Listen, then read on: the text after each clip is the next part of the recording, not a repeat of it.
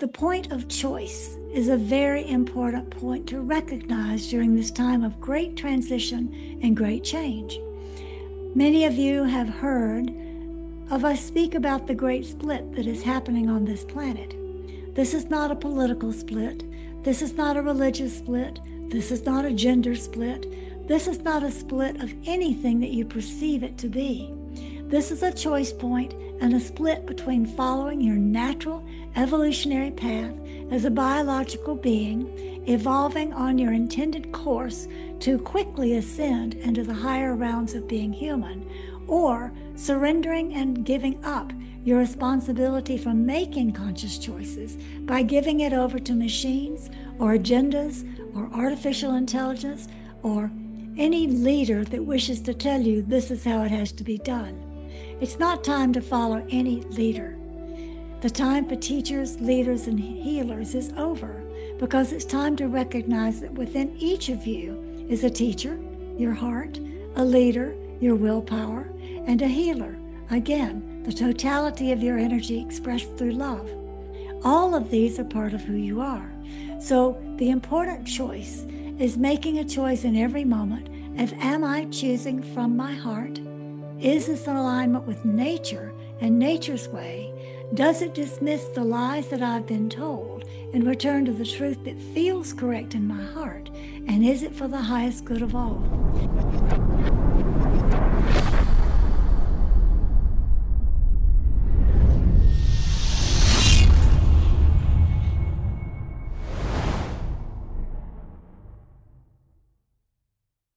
Hey beautiful soul, I'm Hayden Crawford, your host and soul guide here at the Dreamtime Academy, a cosmic mystery school for starseeds and truth seekers, just like you, who are looking at rediscovering your inner wisdom for a life of more freedom, joy and purpose. Now, before we dive into today's episode, I'd like to invite you to subscribe to this channel and click the bell for future notifications so that you never miss one of my podcast episodes of either the Numerology Show or Cosmic Conversations, or indeed some of my transmissions, which will help to activate the next layer of your spiritual awakening. I'm the author of the Starseed Ascension Guide and the Cosmic Family Oracle cards, both designed to help you to reconnect to your higher self and remember who you truly are. If you want to dive deeper, we have an online membership portal called the Oversoul Codex Collective, where you can join a like-minded group of starseeds from all across the planet as you delve into courses in numerology, colour therapy, and cosmic consciousness as well. You can also support this channel by becoming a member, either as a soul spark or a codex keeper. If you're feeling the call to join us together in person, then we also host consciousness expanding retreats in Perth, where you can really start to experience this incredibly immersive work within community environment. Once again, your support really helps this channel to grow. So thank you for joining this team of galactic light workers from all across the planet, helping to expand consciousness and bring light into the darkness. Okay, so welcome back to Cosmic Conversations, the podcast where we explore consciousness, ascension, and humanity's evolving relationship with our greater cosmic family. Today, in the episode, it's going to be a really special one because it's about the 8th time that Cullen and Pia have joined me, founders of Laarkmaa, internationally respected teachers, authors, and channels of the Pleiadian collective known as Laarkmaa. For decades, their work has focused on higher dimensional communication, DNA activation, and supporting humanities through thorough periods of profound planetary and personal transformation. So in this conversation, we'll explore what feels most important right now in the collective ascension process, why places like Sedona hold such powerful significance at this moment in time, and how consciousness, quantum physics, astrology, and cosmic intelligence are beginning to converge as we move through 2026. We'll also hold space later, hopefully, for some direct channeling, inviting any benevolent beings aligned with humanity's highest good to share what feels relevant for us now. So in this conversation, we are going to be delving deep down the rabbit hole. So let's dive in Welcome, Pierre and Cullen, back to the show. Thank you, Hayden. It's always delightful to be with you and engage in these wonderful conversations. We actually really appreciate what you're doing, what you're bringing to humanity, because your way of interviewing or communicating is really special. And the ideas and the questions that come up really provoke absolute deep, insightful conversations. So thank you for doing what you're doing. Oh, that's so sweet of you to say so. I really I love interviewing you two because you always make me feel so good, you know, and you make me feel seen as well. And I think that's really important because, I think sometimes when you do this type of work, sometimes you do feel like the invisible one, and so just saying things like that means the world to me. So, thank you. Now, given the current global climate, what feels most urgent, I suppose is a good word to use, or essential in the work that you're doing with Laarkmaa or any of the other, beings of light that you're working with right now? I would start by saying to recognize that we're moving into a completely different paradigm and understanding that we have been lied to, not just at a political level, not just at a medical level, but on many, many fronts, we've been told untruths in order to keep us being good little boys and girls doing what the controllers want us to do. So, one of the key things that we need to do now is not just wake up to that level of misinformation we've been told, but start asking the question, what else is possible? How do we reach the higher levels of awareness? What is it we really need to understand and evolve into? And that requires releasing and surrendering cherished beliefs, ideas we have held as this is the only way it can be, all kinds of surrenders going on right now in order for us to discover the possibilities that are just waiting for us as opportunities. Have you got anything to add to that, Colin? Oh, I absolutely do. We, we've been focusing, humanity, our species, has been focusing on looking outside of ourselves for answers, for wisdom, for guidance.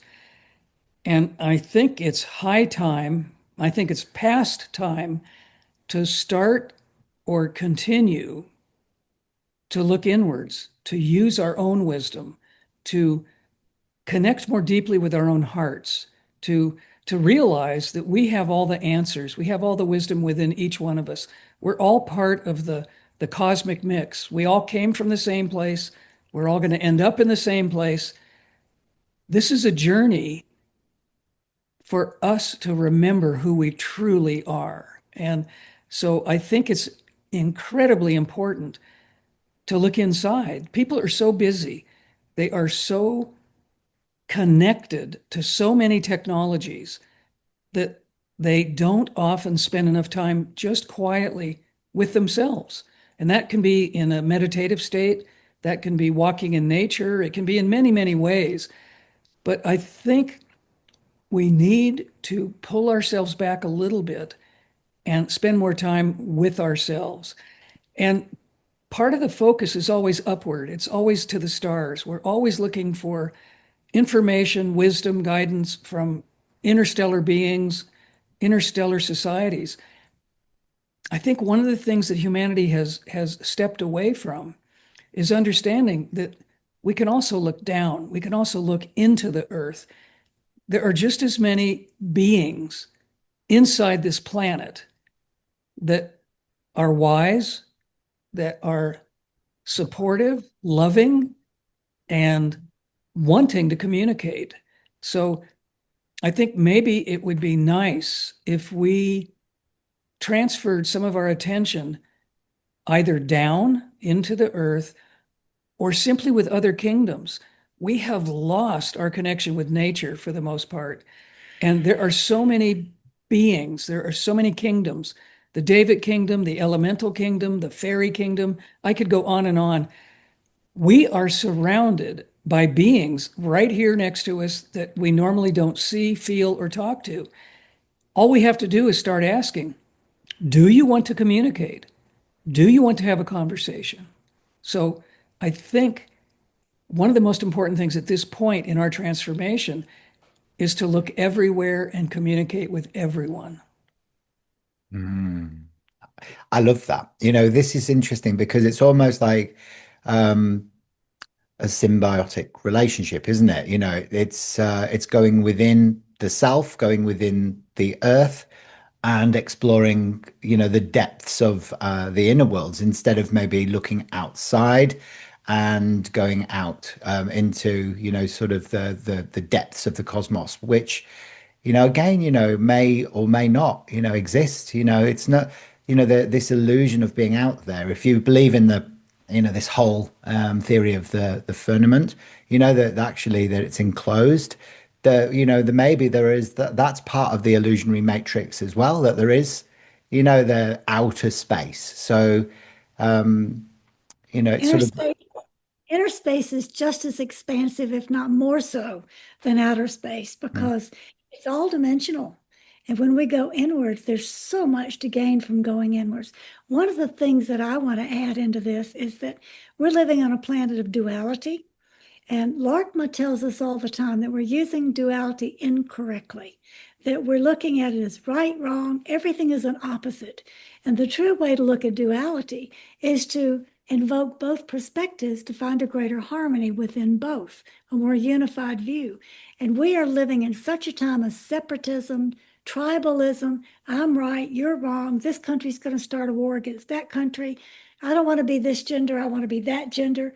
There is so much out there that is causing a split instead of bringing us back into recognizing a higher version of who we are as a unified species.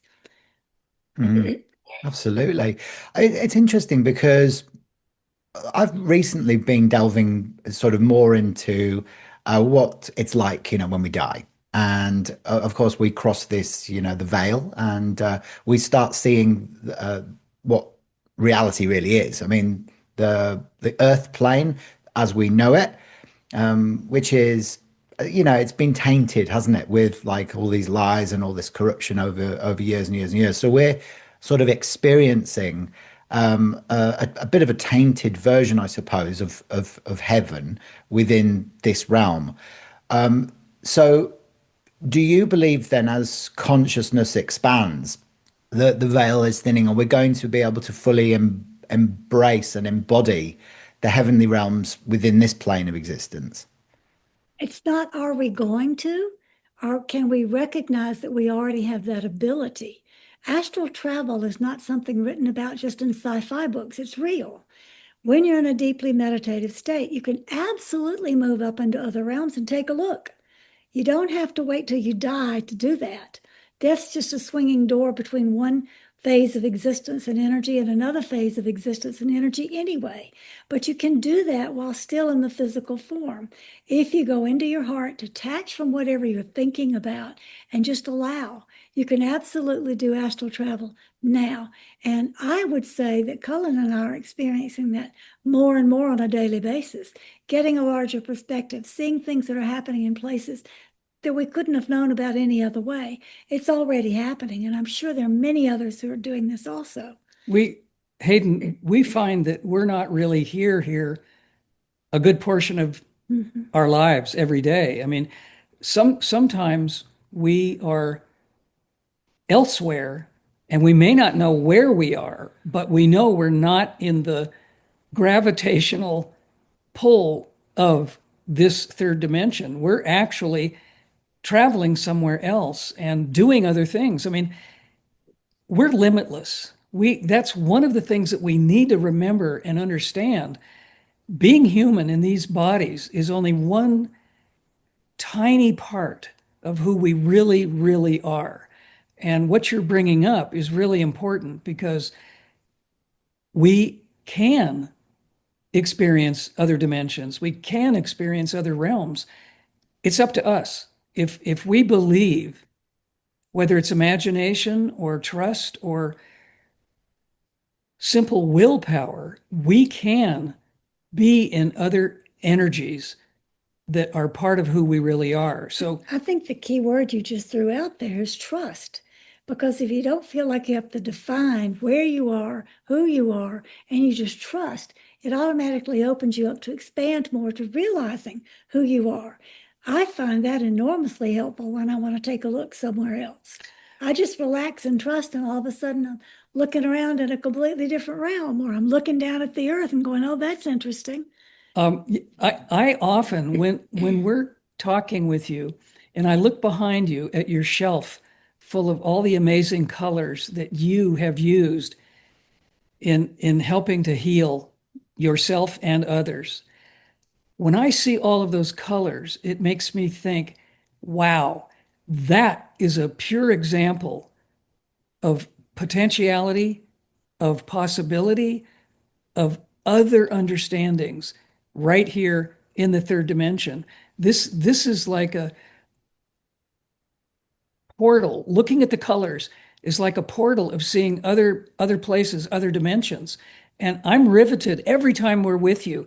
I'm looking at the colors behind you thinking that is a really expansive way of realizing how big, how different, how powerful, and I will say, without pun, how colorful we actually are. I think, Hayden, you said you were interested in looking at near-death experiences and the afterlife and all of that. And I think even that has been conditioned in our current society to believe it looks like a certain way. It's got to be, oh, these pink fluffy clouds or all these golden or silver beings. Everything is conditioned to what we've been taught. And having been there myself more than once, I can tell you it's full of colors, absolutely full of colors. And the more expansive you get, the more colors you see. So, so you've had a near-death experience, have you, Pia? Been declared brain dead for 10 minutes one time, and I was completely dead for 10 days another. And medical documentation, the long time, the 10-day period, Cullen wouldn't let him take me away. He said, no, she's coming back. And I did.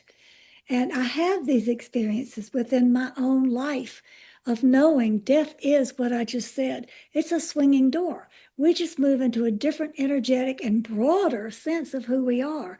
And we leave all the emotional guideposts that we have to tell us how we're out of alignment. We leave that behind because we don't need it anymore. And we move back into our natural feeling state of joy, love, compassion, kindness, generosity, all those things that are a natural beingness.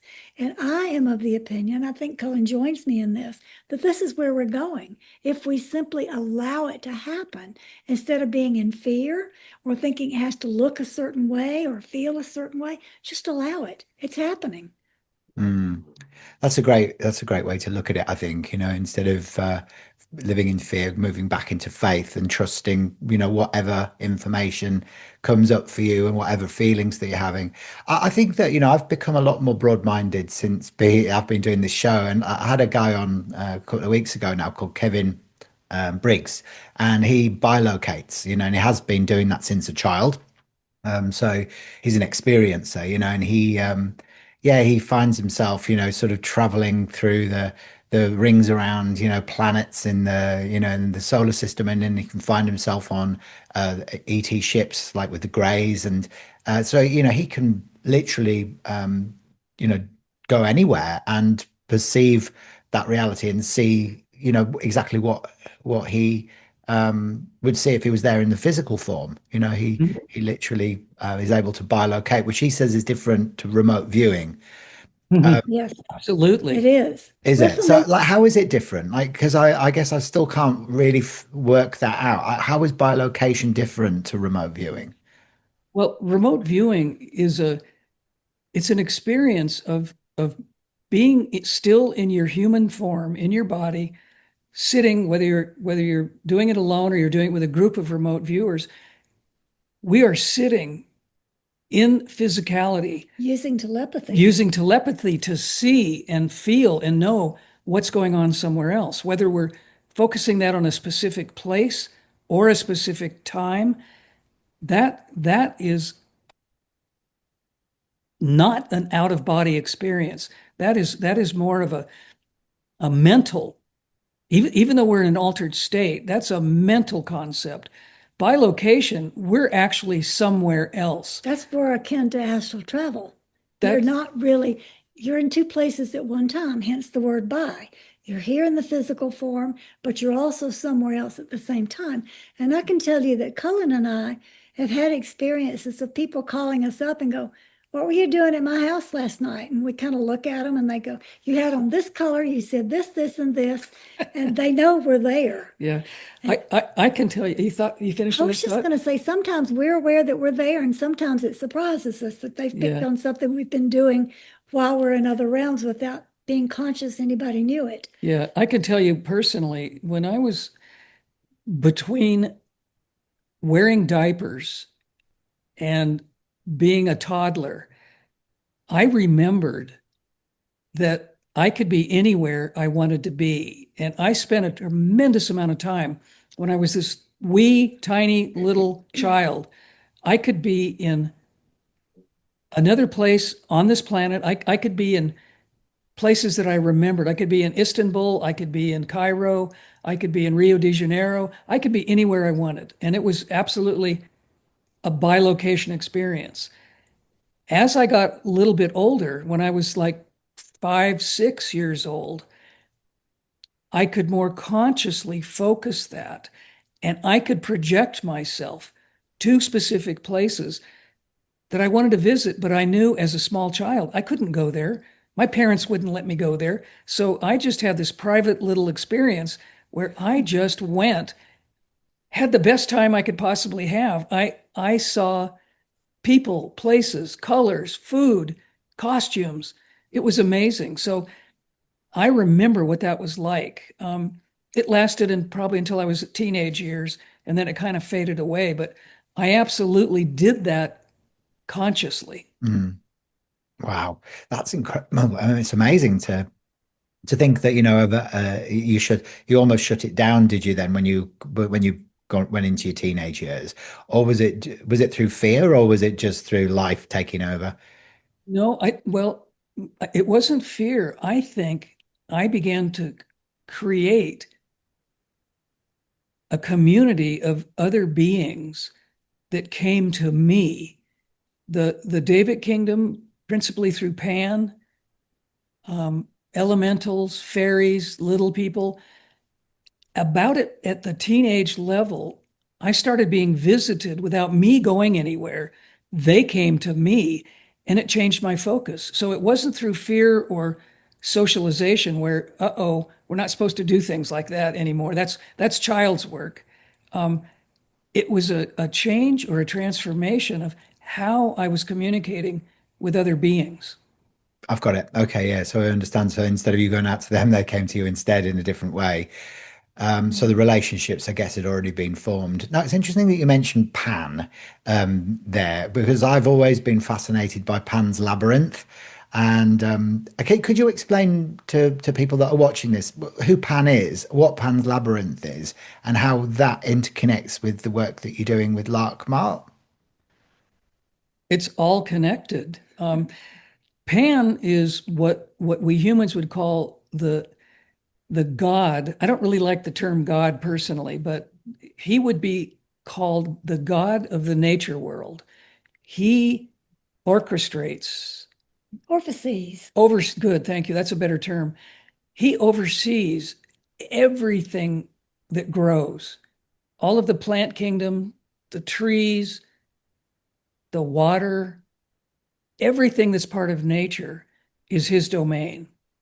And he has what he calls minions who he instructs how to create these wonderful things, a waterfall, a rainbow, whatever it is in the natural world. I So think Pan is the one who instrumentally came to Cullen when he was 7 years old and helped him grow the Fenhorn garden.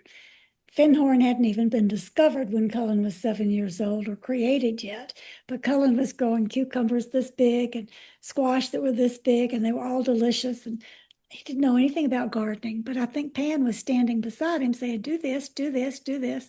And it was a success. He did it for 2 years as a little kid. I woke up one morning with the thought that I must, underlined, must grow a garden. I had no idea what to do. My parents weren't gardeners. I lived on a pretty large piece of land that could have supported a garden, but it never occurred to me to grow things. I woke up so excited. I ran upstairs to where my parents' bedroom was, and I said, "You need to take me to a garden center. You need to take me to a place where I can buy things so that I can start growing a garden." And they looked at me with bleary eyes and went, let us get a cup of tea first, and then we'll discuss this." By mid-morning, I wouldn't shut up. I kept saying, "Look, let's go. We need to do this." They took me to this big garden center, and I bought everything that would fit in our huge station wagon, brought it home, and I knew exactly what to do. And I produced a garden that was like, I don't know, 10 or 12 meters wide and 30 or 40 meters long. It was huge. And Hayden, things began to grow, not in weeks. They germinated overnight, and things began to grow faster, bigger. It was an incredible experience. So I think Pia's right. That was one of my introductions to the natural world. So I guess that you were kind of calling in the energies of the gnomes and the salamanders and all of the nature spirits to be able to almost fast track, the propagation of those vegetables and fruit and flowers and plants and stuff. Yeah. Absolutely. Yeah. It was incredible. That's beautiful. That's what an amazing story. And I would like to kind of like just backtrack a little bit if we can as well right now, because my mouth almost nearly hit the floor when Pia, you said that you'd been brain dead for 5 days or whatever it was. I need to know like how that whole experience of being dead for so long, impacted how you perceived the physical world, but also what did you experience when you were sort of in that space between. What was it like? Did you go through the traditional steps of a near-death experience, the life review, meeting Yeshua, and all of that, or was it completely different for you? One hierarchical thing. Somebody has made that up and said, in order to get through this, you have to do this step, this step, this step. I don't believe any of that. No, that wasn't true. The first time when I was declared brain dead for 7 minutes, I was in a hospital setting where I had been overdosed with drugs after being in a car wreck with my neck broken. And they said, she's never going to live. They gave me these drugs. I died. They pronounced me dead. They wrote it up on the death certificate. 7 minutes later, I was, and I was coming back again. So that particular experience was more about looking down at the fools that were doing what they were doing rather than having a traditional near-death experience. The second one, I would say, was much more what people are interested in, the liminal state. And all I can express about it is the sense of freedom, the sense of beautiful colors everywhere, rainbows all around me, just feeling like I was a rainbow myself and being an energetic energy that could be in this rainbow form. I came back with a very clear knowing there is no difference between pleasure and pain. Absolutely none. It's a perception thing here in duality. If we feel a certain way, we label it pleasure or we label it pain. And I have taken that into my life that I can go have a tooth removed or a root canal done, which I haven't had a root canal, but I could do it.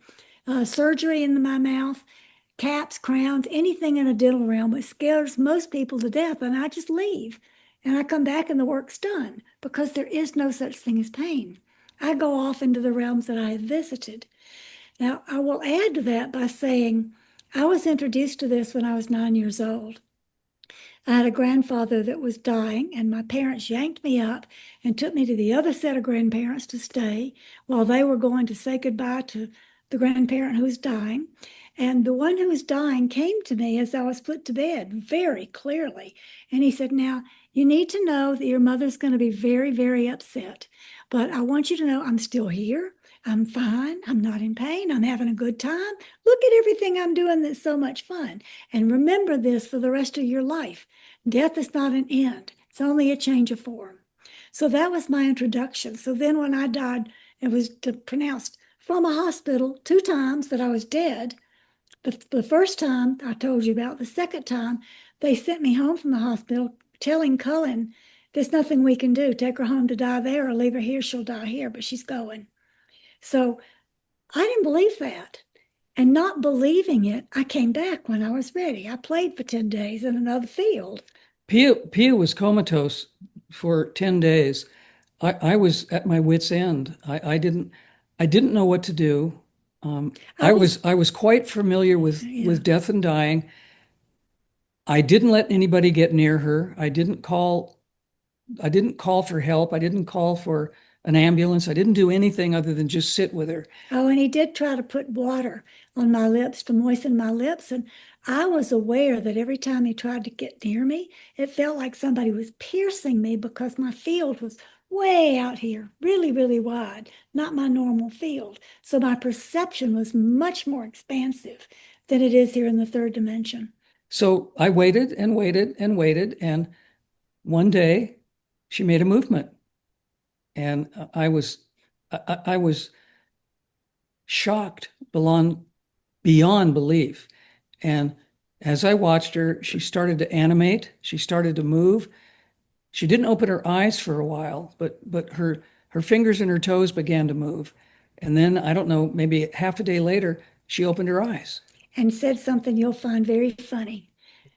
We don't eat sugar or gluten in any form, but we had found these really healthy cookies that were healthy, gluten-free, sugar-free. And the first thing I said to Cullen when I came back was, I want a cookie.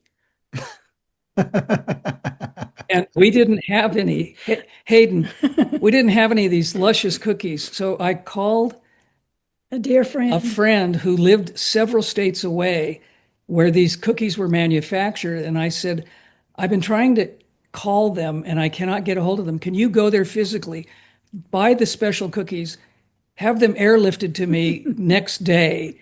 And she said, I will do it right now. She stopped whatever she was doing. She went to the manufacturing plant. She bought a box of cookies. I mean, a big box, not a little box. She airlifted them to me. I got them the next morning. Pia ate those cookies for several days. That's all she could eat. And she So finally gained enough strength. And here is the funniest part. I told Cullen I need to go out. And he said, You're too weak to go out. And I said, I need to go. I need to go to this store in town. And he looked at me, he said, You're too weak to go. And I said, I need to go to this store. So he said, Okay. And he helped load me into the truck to get me there. And when we got to the store, I said, There's a scarf in this window. I'm telling him this as we're getting there. There's a scarf that I need in this window. So we pull up in front of the store and I said, Look, there it is. He walks into the store and there's a handmade silk scarf in all the colors of the rainbows.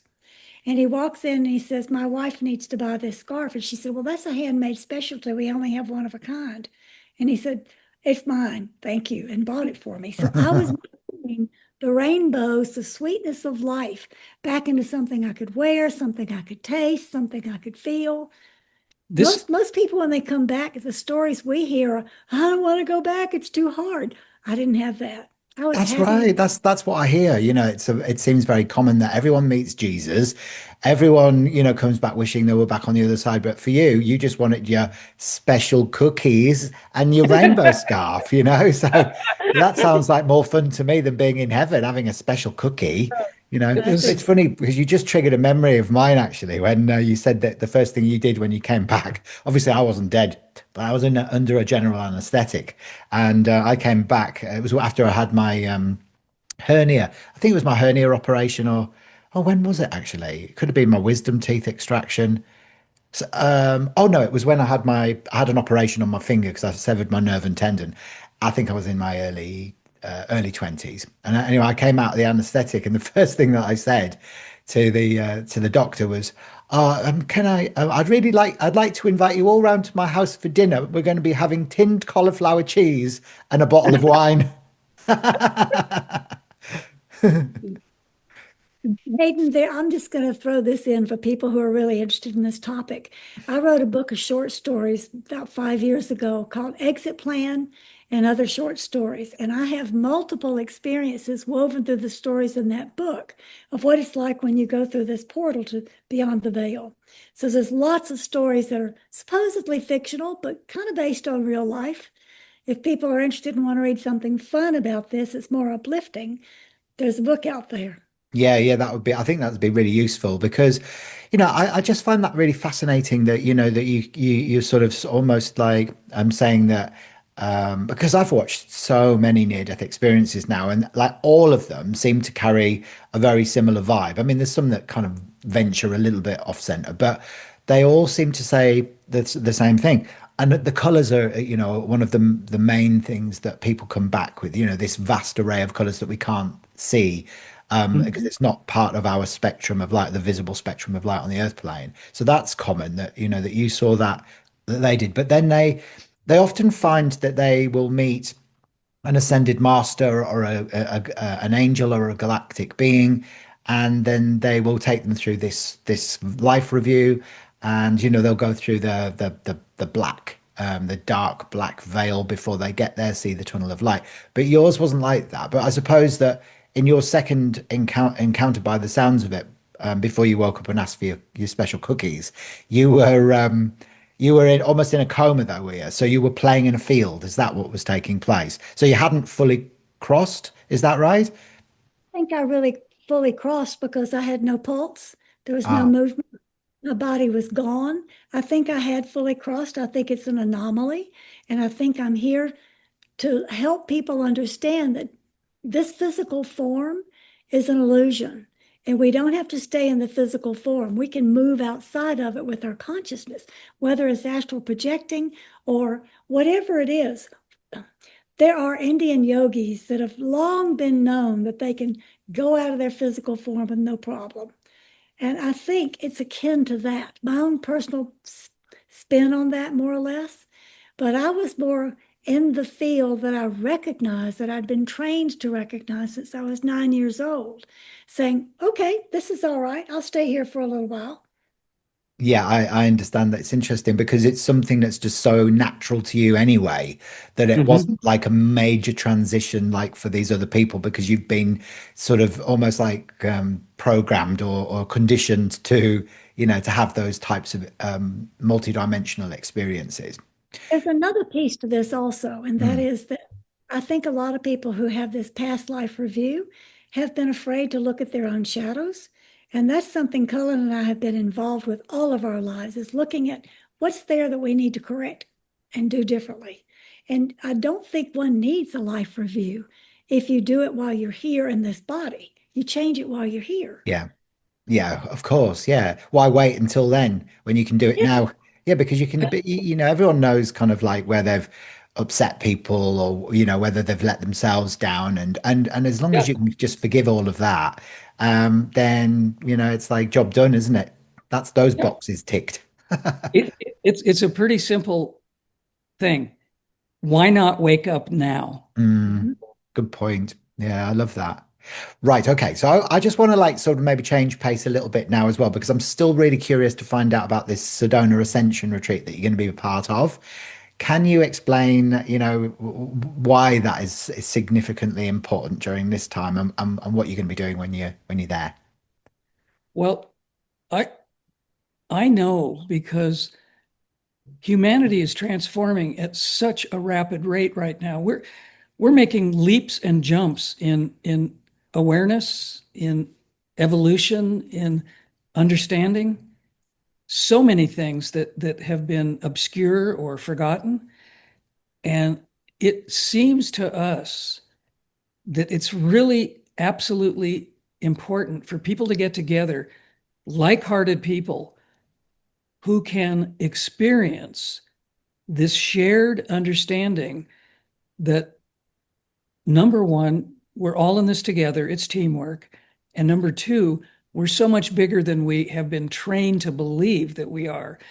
So events like this is the 11th annual Ascension retreat that's been going on in Sedona. This will be the 11th time that the person who is putting this wonderful, absolutely incredible event together. And there's a little bit of symbolism there, if I can interject. Sure. According to the Pleiadian energy system, 11 is the energy of illumination. So this one becomes even more important because we're getting the light, more light. So to answer your question more thoroughly, I would say that 2026 is absolutely a year whether we look at it astrologically, whether we look at it from an intergalactic, outer galactic point of view, it doesn't really matter what we look at about what's happening this year. This year is different than 2024, 2025 were incredibly challenging years, I think, for everybody. We learned a lot. However, it was very challenging physically, emotionally, psychically. 2026 is a different energy. We're moving into a different paradigm of understanding. And a portal situation like this event in a very special place, Sedona, Arizona, as many, many people know, is a very, very different energy field than most of the rest of the world. There are special places around the world that have portal energy, vortexes, convergence of ley lines, dragon lines. There are many places around the world, many mystical sites from an ancient point of view, and new sites opening up every day. Sedona is one of those very, very special places where the energy here, it's electric. It is astoundingly powerful here. And I think having this kind of ascension event in a place like Sedona is absolutely appropriate for the changes that we're going through at this point. And so I think Sedona is going to be a fabulous, very strong, very formative place for this event. And I think things are going to happen that normally don't happen at conferences, spiritual conferences, spiritual gatherings. I think this one is going to be a turnaround. I think it's going to be a benchmark. An eye-opener. Yes, absolutely. Of some kind. So what kind of inner shifts or activations and experiences do you expect participants to, receive when they're going through that whole retreat event? Well, that's a very individual thing, and I have no expectation of what anybody's going to receive because it depends on their level of openness. They receive whatever their heart is open to receiving. And some people will come as a curiosity, and some people will come to share what they know, and some people will come with an open, expansive perspective of let's see what else is here. There are many, many ways that people will approach this because it's a lot of people. So I think we can't have any expectations, but I would say March is the beginning of the new year. It's the equinox. It's the true in harmony with nature, beginning of the new year at equinox. Equinox always signals the new year, not January the 1st. The dead of winter, as we've all been taught, is really not a very auspicious time to begin a new year. Or summer in your area because it's the middle of the heat. Either one is not a beginning point. So what we understand, partially because of our Pleiadian connection, and as you said early in the introduction with this conversation, not just Pleiadians, but many galactic beings and many beings from many, many realms and dimensions have been saying you need to be aware that things don't happen in the middle of the night. We've been told that the new day begins at midnight. Well, that doesn't really make sense because everyone's asleep. Why would a new day begin when we're asleep? So the Pleiadian understanding is the new day, each and every day, stops and starts at sunset. So this is going to be based upon the real energies coming in to start a new year for humanity. And there are a lot of cosmic alignments of other planetary influences that are moving into positions to support the ascension of this planet into a different level of reality. So as people open to those energies as they come in, they will be able to become more aware of who they truly are, what they're capable of. People may begin doing things like putting their hands to the walls or being able to telepathically communicate with each other, or they may actually put their vibration high enough up that they can see our interstellar and inner Earth friends. It just depends on the level of awareness of the people who are there. It's a group activity. Mm-hmm. I can't make any promises. I wish I could, but personally, I have a feeling that something huge is going to make itself apparent at this conference. Many of our intergalactic friends have been saying for years, it's time that we show ourselves. It's time that we reintegrate our energies with humanity. And Hayden, I have to tell you that I am so impatient and frustrated with all of the energy that's been put into, well, this can't happen until the governments disclose that ETs are real. Well, when have governments ever disclosed anything that's true? it's true. Yeah, exactly. That's never going to happen, is it? No, It doesn't so. have anything to do whatsoever with the government saying, well, children, all of these boogeyman stories about these ETs that are going to come to Earth, they're going to eat your face off, they're going to put you in a pot and boil you up and eat you, or they're going to create wars against humanity. All of this stuff has been created to scare people. Mm-hmm. What I'm putting my emphasis and my energy in is that it's high time for these benevolent, loving, supportive energies to come back to Earth as they have for thousands of years and show us who they are, how supportive they can be, and how they can help us evolve if we wish to evolve. And as Cullen said, it's not about disclosure, it's about frequency. They're here around us now. Every day. Every day. But it's the frequency that determines whether someone can see them or not, which is why I said I can't tell you what to expect, because it depends on whether a certain person can get their frequency up enough to be able to perceive what's right in front of them. Yeah, so in that case, so they may be visible for a group within that group, but not Yes, everybody.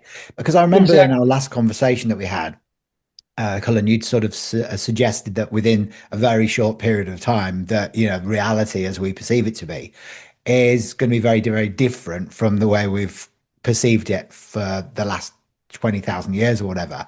And I'm sort of looking around, and every time I take my dogs for a walk, I'm looking up in the sky and I'm like, well, look, I'm ready. Show me yourself. And I'm like, well, my frequency must be really low because I'm not seeing anything. And I'm like, oh my God, like this is like I want to see it now. I'm ready. I feel like I'm ready, but it's not really up to you to say if you're ready or not. It's deeper than that because we're talking about a soul's journey over many, many lifetimes, aren't you? Yes, absolutely. And I think you're doing yourself a disservice if you say that you're not ready.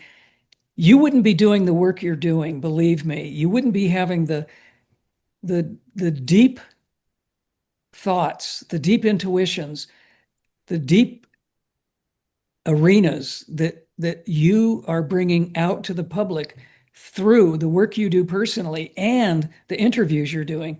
You are certainly ready, and I don't want to make you feel like I know that you're ready if you don't think you're ready, but I believe you're ready, and it's about connecting all of the energies together.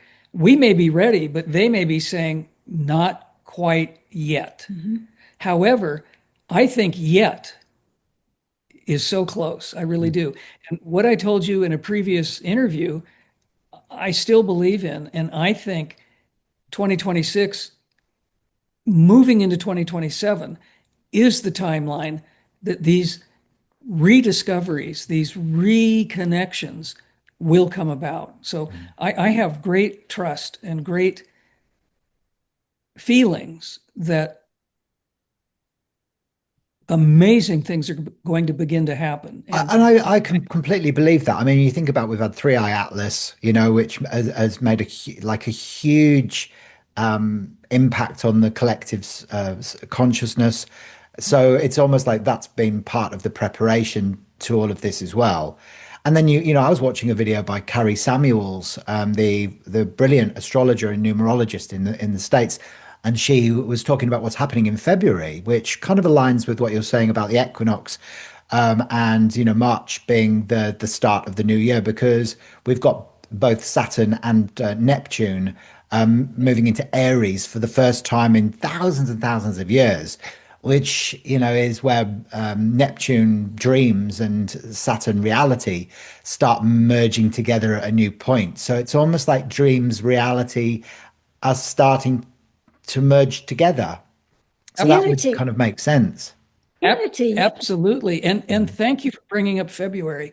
There are so many different ideas being thrown around about starting around the 20th of this month And the 27th. and the 27th through to the equinox in the near end of March, that in that time span, there will be possibly some kind of, I don't know, elastic, energetic change, Opening, maybe? catalytic, energetic movement. So I think what you just brought up is really important. I think between the 20th to the 27th to the 20th to the 22nd of March, I think there's going to be a huge, huge opening, whether it's a vortex, whatever it is. I think it's going to happen in that time span. Well, isn't CERN, isn't haven't they opened portals already? I claim they have. They claim they have, but We don't know. we think CERN is a little bit like Atlantis. They may be working with things that they don't totally understand what they're opening up. It might be a little bit dangerous. I think they may be working with something that they're not mature enough to handle. But you were talking, Hayden, about what happens in this energetic period from the Western astrology or the Pleiadian astrology viewpoint. And one thing that is really important to remember is not to sit passively and wait on what's going to happen and am I going to be downloaded, am I going to be encoded, activated. Don't take a passive position. We are co-creators. And with the Saturn energy that's aligning with our dreams and Neptune, we're responsible for co-creating what comes next. We can't do it all, but we got 50% of it being how we make choices. Thoughts manifest as energy and potential. That's such an important point because obviously we're in a universal year one this year as a collective, which is all about stepping into your sovereignty and, of Mhm. course, reclaiming our power, because we've given it away willy-nilly for, since, since time began, really, I think, isn't it?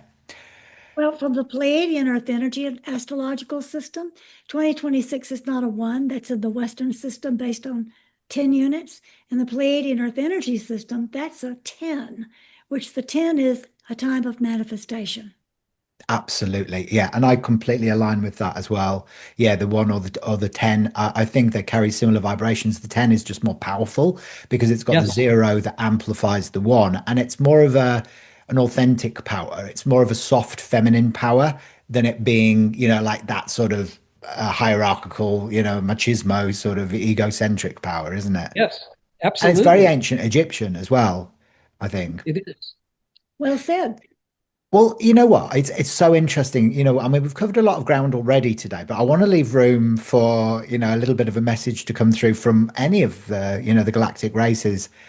If they've got anything to share with us right now, would you be willing to bring anyone forward if they're available to just offer an extra, sort of closing piece for today's session? Absolutely. And it's funny that you say if they're available. They're always They're available. always available. All we have to do, any of us, personally or collectively, is just ask, will you come? Will you help? Will you support? Brilliant. Okay. I just didn't want to put you under any pressure, just Oh, in no, case, you're just feeling we a do bit this. frazzled. We do this all the time. And Good. since you open it up for anybody, we don't know who's going to choose to speak, but we'll just be ready. Maybe multiple speakers will We'll show see. up. Great. Fantastic. Well, I can't wait. Oh, well, I'll let you get into that state of beingness. I'll shut my mouth now.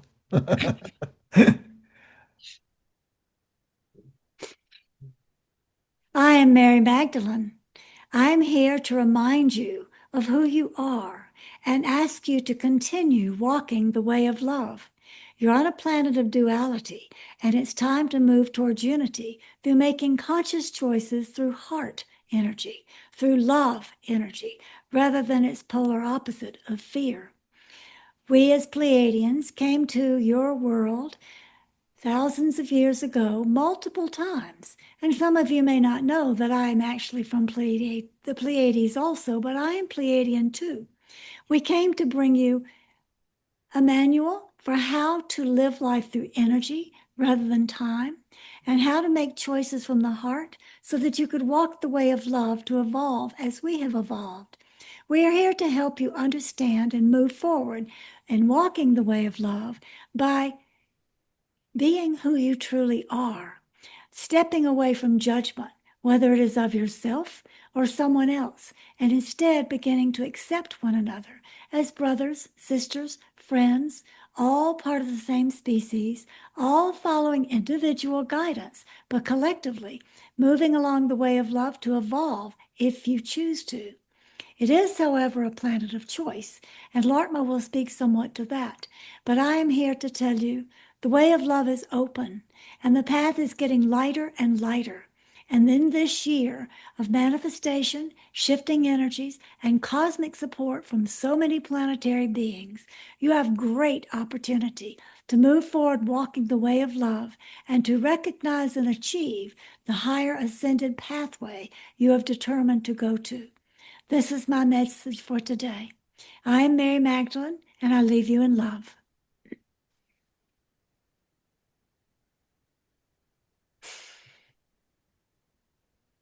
Hello, dear one. We are Laarkmaa. Please give us your heart song. That is your name in your own voice. Hayden Crawford. Hayden, lovely to be in your energy again. So, the point of choice is a very important point to recognize during this time of great transition and great change. Many of you have heard of us speak about the great split that is happening on this planet. This is not a political split. This is not a religious split. This is not a gender split. This is not a split of anything that you perceive it to be. This is a choice point and a split between following your natural evolutionary path as a biological being, evolving on your intended course to quickly ascend into the higher realms of being human, or surrendering and giving up your responsibility for making conscious choices by giving it over to machines or agendas or artificial intelligence or any leader that wishes to tell you this is how it has to be done. It's not time to follow any leader. The time for teachers, leaders, and healers is over because it's time to recognize that within each of you is a teacher, your heart, a leader, your willpower, and a healer, again, the totality of your energy expressed through love. All of these are part of who you are. So the important choice is making a choice in every moment of, am I choosing from my heart? Is this in alignment with nature and nature's way? Does it dismiss the lies that I've been told and return to the truth that feels correct in my heart? And is it for the highest good of all? This is the path we're encouraging each of you to make. And as more and more people begin to live their lives from this energy, the frequency of those who are ascending comes together at such a frequency level that we can become more apparent to you. And this is what we've been waiting for. We're not waiting for 1 or 2 or 5 or 10 to, as you would say, wake up. We're waiting for you to surrender your belief systems and step into possibilities by knowing that as you walk the way of love, as our comrade Mary Magdalene so eloquently just expressed, make choices for the highest good of all, and turn away from the artificial intelligence that seeks to control you, instead listening to your heart and letting it guide you with the natural ascension process. As you do this, frequency increases, and as multiple areas of humanity increase frequency, you'll see little patches and breakthroughs of people who are able to actually perceive we're right here already. This is going to become more prevalent and more noticeable in March when the new energies come in with the equinox, after everything the outer supporting planets have done to open portals of possibility and recognition for you to recognize this immense opportunity standing in front of you. All of this will come in March. There will be other ways of consciousness that continue to support your evolutionary journey, but the one coming this March is exponentially larger than the one that came last spring and the last March of 2025, when so many people began to surrender their jobs, walk away from dysfunctional relationships, began to wake up to what the world leaders are doing, and begin to say, no, not this way. That was a beginning step, a baby step, you might say. This step that comes this March is an evolutionary leap if you choose to make it. Do you have a specific question you would like to ask us for your viewers? I guess from a consciousness perspective, what are the key challenges that humanity faces with the rapid technological advancement, and how can individuals maintain energetic sovereignty? An excellent question, one that is rarely asked. We commend you. The main objective is to not surrender your personal responsibility. Every time you give over your personal responsibility or your creative energy to allow something that is of a machine to create for you, to write for you, or to make a decision for you, you limit your own ability to grow and evolve. Every time you say no to a machine and quiet your mind, go into nature and listen to your heart, your telepathy increases, your ability to see into different dimensions increases, your ability to be guided by your heart increases, and you're guided with your diet, your choices of actions, your choices of relationships, and everything you need to support your evolutionary journey. Artificial intelligence only spits out facts it has collected as data and arranges them in any order it thinks humans wish to hear. But that has no consciousness at all. It is devoid of consciousness because there is no heart energy in it. And so the key point you are facing right now at this time, in reference to your question about consciousness, is how do I protect my precious consciousness so that I can evolve into who I truly am? And the answer is always going to be turn towards love, listen to your heart, and say no to anything artificial because it is not your friend. Does that answer that for you from our perspective? It certainly does. Thank you very much. I appreciate that, Laarkmaa. You're very welcome. We appreciate being with you. And there's one more voice that would like to speak today if you are willing. Yes, please. We love you. Good always.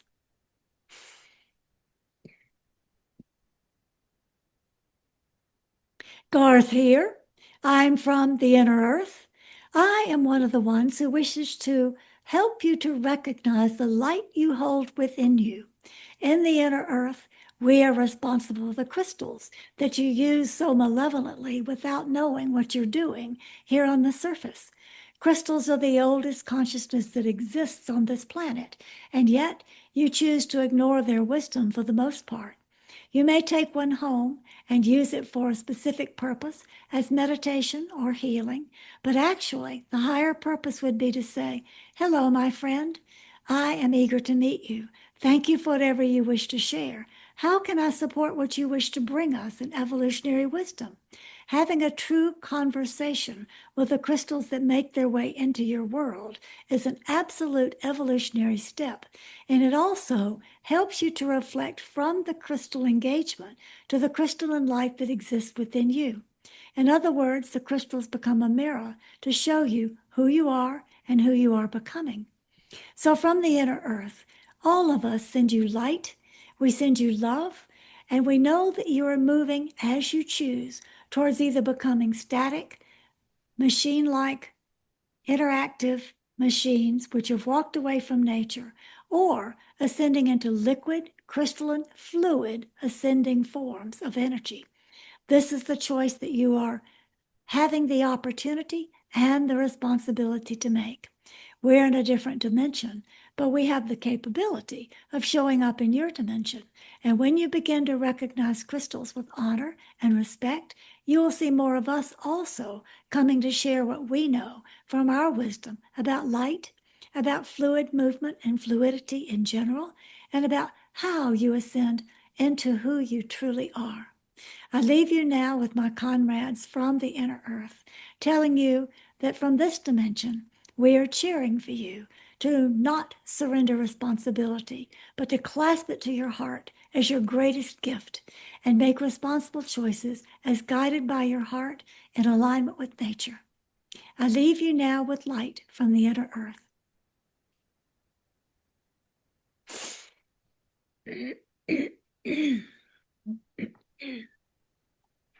Oh, that's so beautiful. Thank you so much for giving us that beautiful message, Pia. It was amazing. How do you feel like after going through that? Because that was three very different frequencies that sort of came through you there. Do Why you don't why don't you let Cullen express how we feel? Because we feel it simultaneously since they come through both of us. I'm just the voice piece, which is a little hoarse right now. So I can explain it. We are often asked this question, Hayden, in different ways. We are uplifted. We are we are filled with ecstatic energy when we do this work. Um, we feel lighter. We feel more whole. We feel more connected to other realms. It is the most wonderful sensation. It's like having goosebumps over your entire body, or Would you say enlivening? oh, I would definitely say enlivening. It's like when people talk about energy they feel in their spine going up or down. That's very electric, very enhancing. It's amazing. We love doing this work. We've been doing this for decades, and we are only, and I mean only, uplifted and supported when we do this work.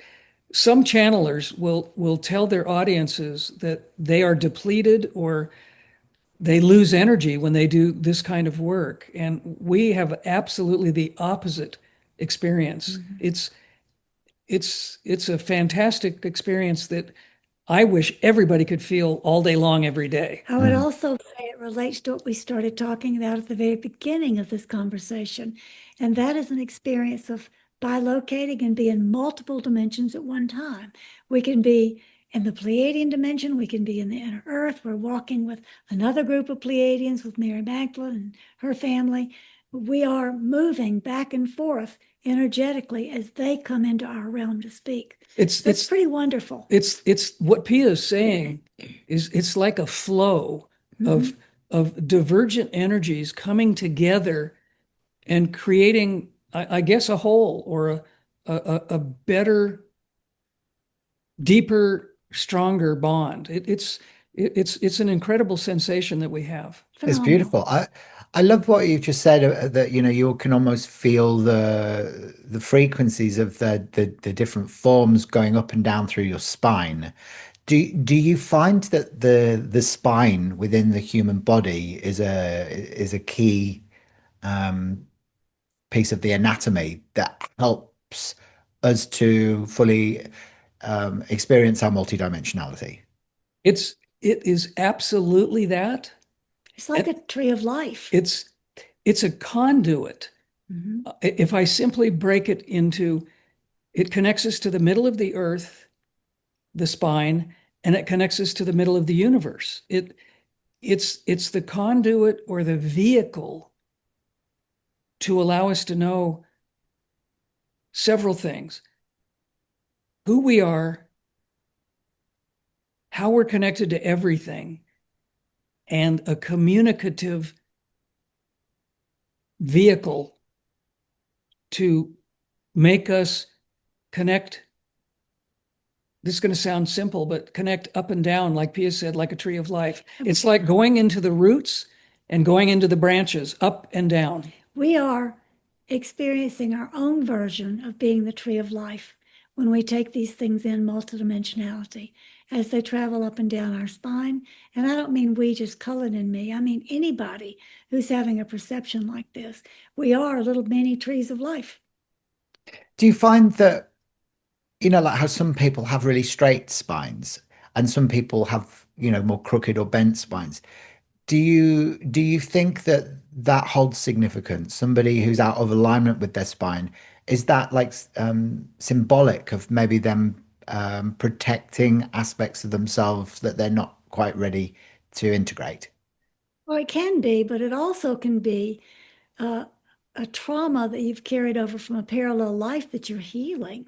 It may not be a blockage or something you haven't looked at. It may be a trauma where in a parallel life something happened to your spine and you're healing it here in this life. And it when can be either. And when it is healed here physically, it also, in a reverse manner, heals whatever happened In a parallel in a life. parallel life. Yeah. So it's a two-way kind of connection.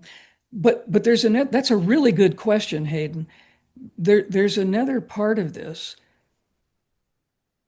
Everybody's different, and we all have our own mechanisms to understand the perspective of who we are and what we're achieving or what we're not achieving.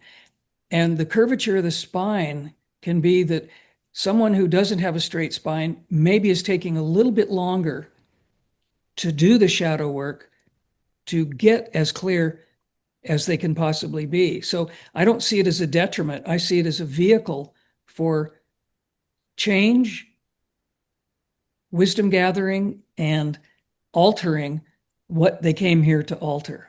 Because we know that the spine's got memory, don't we? So Absolutely. it can straighten, even for people with curvature of the spine of any sort, or their vertebrae being out of alignment. If they heal the things that the spine is making you aware to heal, then it will straighten and it will reform back into a natural alignment. Is that correct? That is absolutely possible. All of us have the ability to self-heal. There's such a huge misunderstanding about modern scientific medicine that we have to go outside of ourselves to a specialist to be healed. We are all capable of self-healing. And if we concentrate, if we focus, and we trust that we can do that, it happens. I mean, there are so many stories about remissions or self-healing. The whole Louise Hay publishing company that Louise Hay started 40, 50 years ago was about the notion, the idea of self-healing. And she made that actual understanding a worldwide phenomenon that we are capable of doing that. So yes, absolutely, we can self-heal. That's beautiful. And that's a great way to, I think, to sort of finish the conversation on today, because when we realize that it's not just about, stepping into our being sovereign, that also includes every aspect of your life. That's, as Mary Magdalene said, the time of leaders and teachers and healers is over. This is a time where you have got to take back responsibility for that yourself. There's nobody that knows anything more or less about you than you. So That is absolutely the truth. And this is the time we're being given the opportunity to reconfigure that very understanding. We've been told for generations, for hundreds and thousands of years, that we don't know enough. We're not capable enough. We're not strong enough. And none of that was ever true. That was all a controlling platform, a controlling issue to keep people small, to keep people from realizing what we're talking about today in this discussion. We're huge. We're powerful. We are capable through imagination, will, intelligence, wisdom. We are capable of achieving all the things we're talking about, and it's happening. People are changing, and it's incredible to watch. it really is. Thank you so much again for sharing your wisdom today. I feel like I just want to go and bilocate onto the moon now, just to have a little bit of a moon party. Yeah, do you Well, want to maybe come? Do you want to come as well? yes, Yeah, there's yes. cocktails, non-alcoholic, and sugar-free special cookies. Maybe if we don't do that in our waking state tonight, we can do that in our dream state. Exactly. Yeah, let's do that. Then I'll have my pajamas on. So I'll look a little bit more fashionable than I do now in my Dreamtime t-shirt. So, but thanks again for, this expansive and heart-opening conversation. Your work continues to offer clarity, reassurance, and empowerment during a profound time of transformation. And for anyone who's listening, if you want to learn more about Pierre and Cullen's teachings, events, and their upcoming Sedona Ascension retreat, then make sure you visit Laarkmaa.com. The link will be in the description below. And, if this show has resonated with you, please make sure you like, subscribe, and follow to Cosmic Conversations on my YouTube channel. And then you won't miss any of the future episodes. Until next time, stay grounded, stay sovereign, and remember, you're never alone in the universe. Bye for now.